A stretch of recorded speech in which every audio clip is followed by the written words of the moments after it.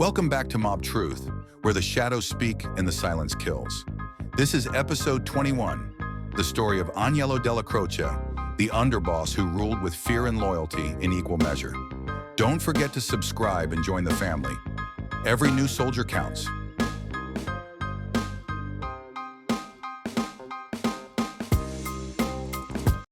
The ghost in the room. He didn't speak much. He didn't need to. When Aniello Dellacroce entered a room, people stood straighter, talked less, and felt the cold crawl up their necks. Born in 1914 in Manhattan's Little Italy, Dellacroce didn't chase attention. He let power follow him. His rise through the Gambino crime family wasn't flashy. It was surgical. And when Carlo Gambino chose him as underboss, it wasn't just about loyalty. It was about trust in pure silence. The split Gambino died in 1976. The throne didn't go to Dellacroce. It went to Paul Castellano, a move that would shatter the family into two camps. The white-collar uptown gang followed Castellano, the street-level killers and old-school mobsters. They stayed loyal to Neil Dellacroce. He didn't rebel. He kept the peace, barely. But a war was simmering behind every handshake. The protege among those loyal to Dellacroce was a rising star, John Gotti. Dellacroce mentored him, warned him, and cooled his temper. But even he could see it coming. The younger guys weren't going to wait forever. Death of balance. In 1985, Aniello Dellacroce died of cancer. And with him, the fragile balance inside the Gambino family shattered. Just 2 weeks later, Paul Castellano was shot dead outside Sparks Steakhouse. The peace Dellacroce held with pure presence was gone, and the streets exploded. Legacy in the shadows. Dellacroce never wore flashy suits. He wasn't a showman. He was the last of the old-school gangsters, feared, respected, and loyal to the core. In the world of mob bosses who screamed to be seen, Neil Dellacroce whispered, and the room went silent. The calm before the storm. By the early 1980s, Dellacroce could feel it. Pressure building from both sides. He was stuck between Paul Castellano's arrogance and John Gotti's impatience. He warned Gotti to stay quiet, to wait. But the whispers on the street were getting louder, and loyalty, once Dellacroce's greatest weapon, was turning into something dangerous. Secrets and silence. Dellacroce knew things. He knew about hits that weren't sanctioned. He knew about Gotti's ambition. He knew Castellano was slipping, but he stayed silent, trying to keep the old world alive a little longer. He wasn't a peacekeeper. He was a soldier holding 2 grenades with the pins half pulled. The illness in 1985, Dellacroce's health declined fast. Cancer was eating him from the inside, but he refused to show weakness. Even in pain, he took meetings. Even while dying, he gave orders. And yet, those closest to him knew, once Neil was gone, the game would change overnight. The funeral. Dellacroce's funeral was quiet. No cameras, no headlines, just heavy suits and heavier faces. But the streets were watching. Paul Castellano didn't attend. To Gotti's crew, that was all they needed to see. Disrespect was blood in the water. The final straw. 2 weeks later, Gotti made his move. Castellano was gunned down in broad daylight outside Sparks Steakhouse. The bosses weren't consulted.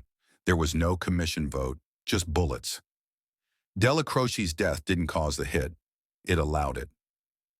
The Gotti era begins after the hit. John Gotti took over the family. He wore $1,000 suits, smiled for cameras, and loved the spotlight. It was everything Dellacroce hated, but the foundation Gotti stood on was built by Neil, a legacy in shadows. Dellacroce's name was never loud. He didn't want books written about him. He didn't want statues or stories. But to those who knew, Neil was more feared than most bosses. Because when he looked at you didn't wonder what he was thinking. You wondered if you'd walk away. The old guard, he believed in loyalty over ambition, discipline over flash, power without noise. And when the old guard died with him, so did the last chance at stability. From that moment forward, the Mafia became louder, sloppier, and more exposed. The missing throne. Dellacroce never became boss. He never tried to overthrow anyone. He had the numbers, the soldiers, and the respect. But he stayed an underboss, not because he was weak, but because he was the kind of man who didn't need a crown to rule. Feared by all, even Castellano feared him, not for violence, but because Dellacroce could shift the balance with a single nod. He didn't need to raise his voice. When he walked into a room, conversation stopped. When he stared, men fidgeted. That was power. Quiet, cold, absolute. Forgotten but never gone today, most people don't know the name Aniello Dellacroce. But without him, the Gambino family wouldn't have survived the 70s, and it wouldn't have exploded in the 80s. He was the glue, the wall, the shadow. He didn't make headlines. He made history. The whisper that ruled the mob. They called him Neil. They called him Underboss. But behind closed doors, his word was law. He was the whisper behind every threat, the silence before every war, and the man who proved you don't need to be seen to be in control. The disciplinarian Dellacroce didn't tolerate sloppiness. If a soldier brought heat, he got warned once. If he ignored that warning, he disappeared. Neil didn't lose control because he ruled with fear, but also because his soldiers believed in his code. A man of rituals, he had habits. Same chair, same table, same words at every meeting. It wasn't superstition, it was control. Control over the message, control over the fear. In his world, chaos died in the face of order. Words meant something. When Dellacroce said, "We'll handle it," it meant someone would vanish. He never threatened. He didn't have to. One nod from Neil carried more weight than 10 screams from a lesser man. Behind two bosses, first Mangano, then Gambino, Dellacroce worked under two dons, but never wavered. He kept the streets moving, the books clean, and the bodies buried. He wasn't a dreamer. He was an operator. Fear without volume. He didn't yell. He didn't curse. But no one wanted to disappoint him, not because of what he'd say, but because of what he wouldn't. Silence from Dellacroce was worse than a threat. It meant your days were numbered. Trust, once there were men Dellacroce trusted with his life, but only once. Break that trust, even slightly, and you were out. He didn't do second chances. That was his rule, and he lived by it until the end. The unfinished war. Dellacroce tried to prevent what was coming. He warned Gotti. He balanced Castellano's ego. But he knew deep down, his death would open the door to something bloodier. And he wasn't wrong. No applause. There were no interviews, no applause, no documentary about his life. But the ones who mattered, they remembered. The guys who built empires from street corners. They all looked up to one man they called Neil, a man you didn't cross. Even the toughest guys, stone-cold killers, didn't mess with Dellacroce. Not because he was violent, because his approval meant everything. Losing it was like being exiled from your own family. And in this life, exile is worse than death. He played the long game. While others chased quick money and cheap glory, Neil waited. He understood timing. He moved when it mattered. That's why he lasted decades in a world where most don't survive 5 years. Death without noise. There was no front-page headline when he died. No reporters swarming his home. Just whispers. He's gone. And every street, from Brooklyn to Staten Island, went quiet for a moment. Castellano's mistake. When Castellano skipped Dellacroce's funeral, it wasn't just disrespect. It was suicide. To Gotti's crew, it proved what they already believed, that Paul didn't belong at the top. And soon, he wasn't. The dangerous calm. Dellacroce knew how to keep killers calm. He gave them direction, purpose, structure.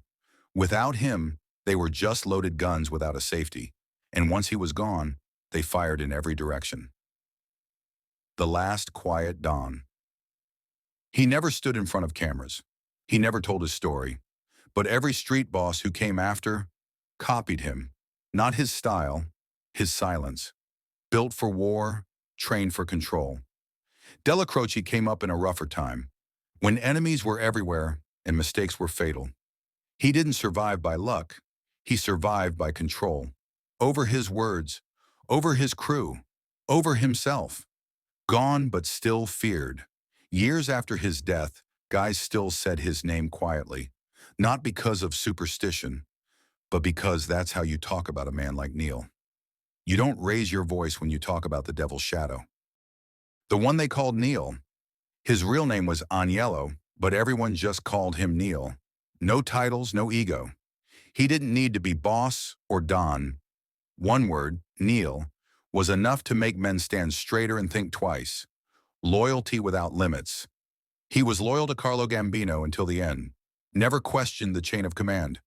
Even when he had the numbers to take over, he stayed in his lane. Because in his mind, honor came before ambition. A quiet architect, he built structure within chaos, made sure money flowed, crews were fed, and soldiers stayed disciplined.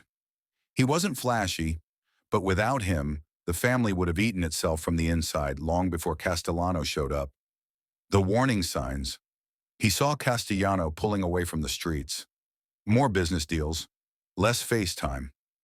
Neil knew the danger of distance. He warned him, gently, but Castellano didn't listen, and he paid for that mistake in blood. Underestimated, some outside the family thought Dellacroce was just the number 2 guy, just the underboss. But inside, he was the one they feared. He was the one who could greenlight anything with a glance. Underboss in title, boss in presence. The quiet aftermath, after Gotti took over, the streets got louder. Cameras, headlines, courtrooms. Everything Neil worked to avoid came crashing in. And the irony? The man who kept things quiet was the reason the storm waited as long as it did. The last order. His final wish was simple: keep the family together. No war, no bloodshed. He knew they wouldn't listen, but he gave the order anyway, because that's what a real leader does. Even when no one's listening. One look was enough. Neil didn't argue. He didn't repeat himself. He'd look you in the eyes. And if you didn't understand what that meant, you weren't going to be around much longer. The smoke-filled rooms. He made more decisions in back rooms than most bosses did in a lifetime. No fanfare, no handshakes for the cameras. Just smoke, silence, and nods from men who feared his disapproval more than death. Built like a wall. He wasn't flashy, but he stood like concrete. Broad shoulders, heavy jaw, eyes that didn't blink. Just one look from Neil could freeze a room. He didn't shout. He didn't have to. The bridge between generations. He was respected by the old-timers and feared by the young guns. He kept tradition alive while managing wild crews with itchy trigger fingers. To most, that balance was impossible. To Dellacroce, it was just business. Lessons in silence. Dellacroce taught his men to listen more than they talked. He believed a loud mouth was a weak shield, and if a soldier couldn't keep quiet, he wasn't a soldier for long.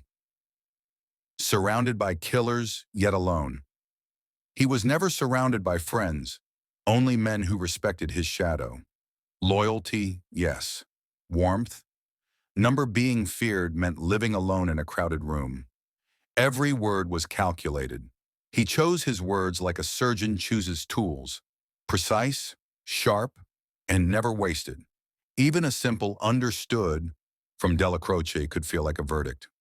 Respect without demand, he never had to demand respect. It followed him, quietly, like a second shadow.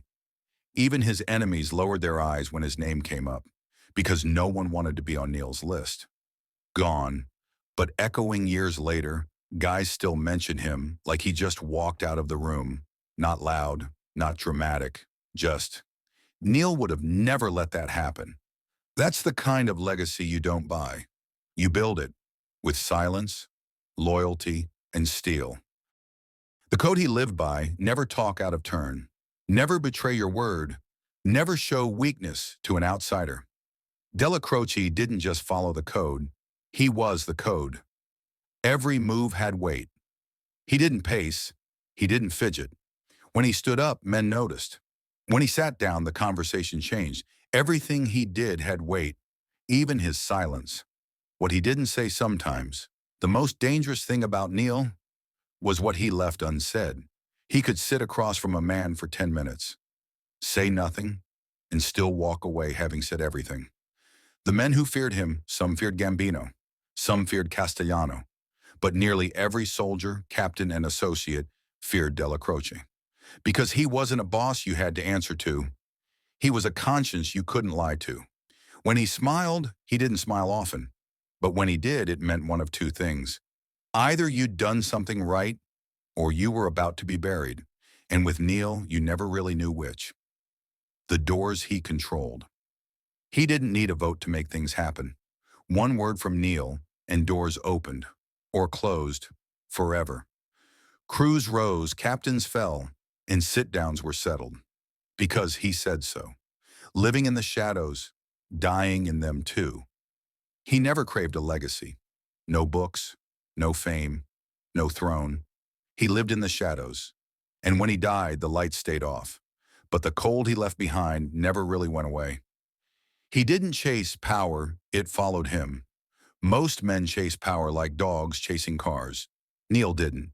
He walked his path, kept his rules, and stayed sharp. And power followed him. Because even in silence, his presence roared. No second warning. Dellacroce wasn't the kind of man who repeated himself. You got one warning, one look. After that, the decision was made, and you wouldn't hear it coming. He cleaned the messes quietly. When things got out of hand, Dellacroce didn't panic. He cleaned it up quietly. No headlines, no fingerprints. A missing name.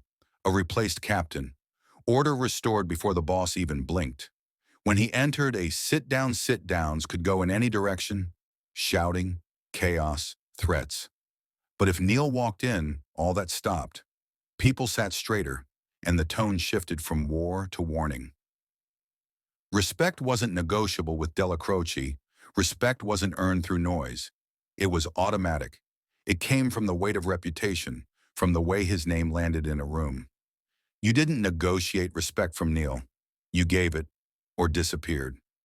The man between fire and ice Castellano was ice, detached, cold, corporate. Gotti was fire, reckless, loud, ready for war. Dellacroce was the one in between. And when he was gone, fire melted the ice and burned everything around it. He didn't have to yell, some bosses scream, others threaten. Dellacroce, he just leaned forward, look you dead in the eyes. And suddenly nobody wanted to finish their drink. The last man they trusted, when everything else fell apart. Crews flipped, bosses vanished, money dried up. There was always one man you could still go to. And if you got his word, you knew it meant something. Because Neil never broke it. He left no trail. There's barely any tape, no interviews, no recordings, no paper trail, just stories, whispers, and a name that still carries fear decades later. That's how you know a man was truly dangerous. He was never replaced after Dellacroce. They filled the chair, but not the presence. No one walked into a room and silenced it like he did. No one held chaos back with just a glance. He didn't just leave behind a legacy, he left behind a void. His name still echoes. You won't find documentaries about him. He's not a pop culture icon. But in the streets, in the real history of the mob, Aniello Dellacroce is legend. Not because he wanted power, but because power was drawn to his silence. This was Mob Truth, episode 21. Aniello Dellacroce, the underboss of shadows. The man who ruled from the dark and died holding back a storm. If you're new here, subscribe and join the crew. Welcome to Mob Truth, soldier, where the dead still talk and the streets remember everything.